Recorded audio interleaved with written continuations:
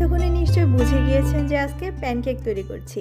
মাত্র একটা ডিম দিয়ে 16টা প্যানকেক তৈরি করব।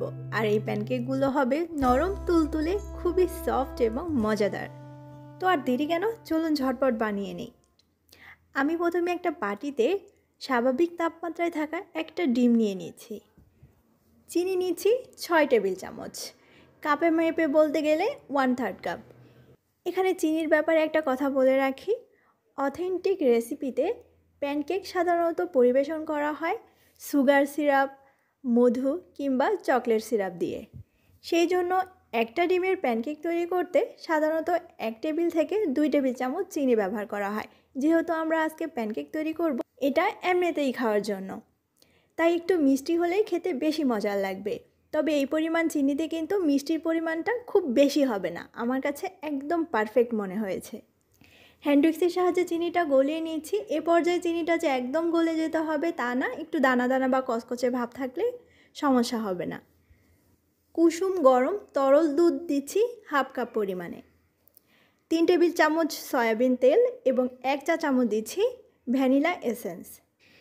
এতে করে ডিমের এক্সট্রা গন্ধটা চলে যাবে। এবারে আবারও মিক্স করে নিয়েছি। ওই যে চিনির যে একটা দানা দানা ভাব ছিল, এইবারে চিনির দানা দানা ভাবটা সম্পূর্ণভাবে গলে যাবে।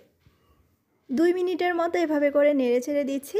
আপনি চাইলে কাজটা কিন্তু কাঁটা চামচের সাহায্যেও করতে পারেন। এবারে দিচ্ছি শুকনো উপকরণ। এখানে আমি ময়দা নিয়েছি 1 কাপ, আর সেই সাথে বেকিং পাউডার নিয়েছি 1 চা চামচ। তারপরে এগুলো চেলে দিয়ে দিচ্ছি। এবারে সব কিছু মিশে যাওয়া পর্যন্ত মিশিয়ে নিব। আমি এ পর্যায়ে 1 চিমটি লবণ দিয়ে দিচ্ছি, তবে এটা একেবারেই অপশনাল। লবণ দিলে কি হয়, টেস্টে ব্যালেন্স আসে, তবে আপনারা চাইলে বাদ দিতে পারবেন। এবারে সব কিছু ভালোভাবে মিশে যাওয়া পর্যন্ত মিক্স করে নিয়েছি। এবারে চলে যাচ্ছি চুলাতে। একটা ননস্টিকের প্যান নিয়েছি এখানে আমি, আর এই প্যানটাকে মোটামুটি গরম করে নিব। একদম হালকা গরম না, আবার একদমই বেশি গরমও না। তারপরে চুলার আঁচটাকে একদম লো থেকে সামান্য একটু বাড়িয়ে দিব। একদম লো আঁচে প্যানকেক বানালে প্যানকেকগুলো কিন্তু বেশি নরম হয় না, একটু শক্ত হয়ে যায়। আপনি চাইলে একটা একটা করেও দিতে পারেন, তবে প্যানে যেহেতু জায়গা বেশি আছে তাই আমি 4টা করে দিচ্ছি। মোট কতগুলো প্যানকেক হবে এটা ডিপেন্ড করে আপনি কেমন সাইজ করে তৈরি করছেন তার উপরে। একটা ঢাকনা দিয়ে ঢেকে রাখছি। কয়েক সেকেন্ড লাগবে এটা হতে।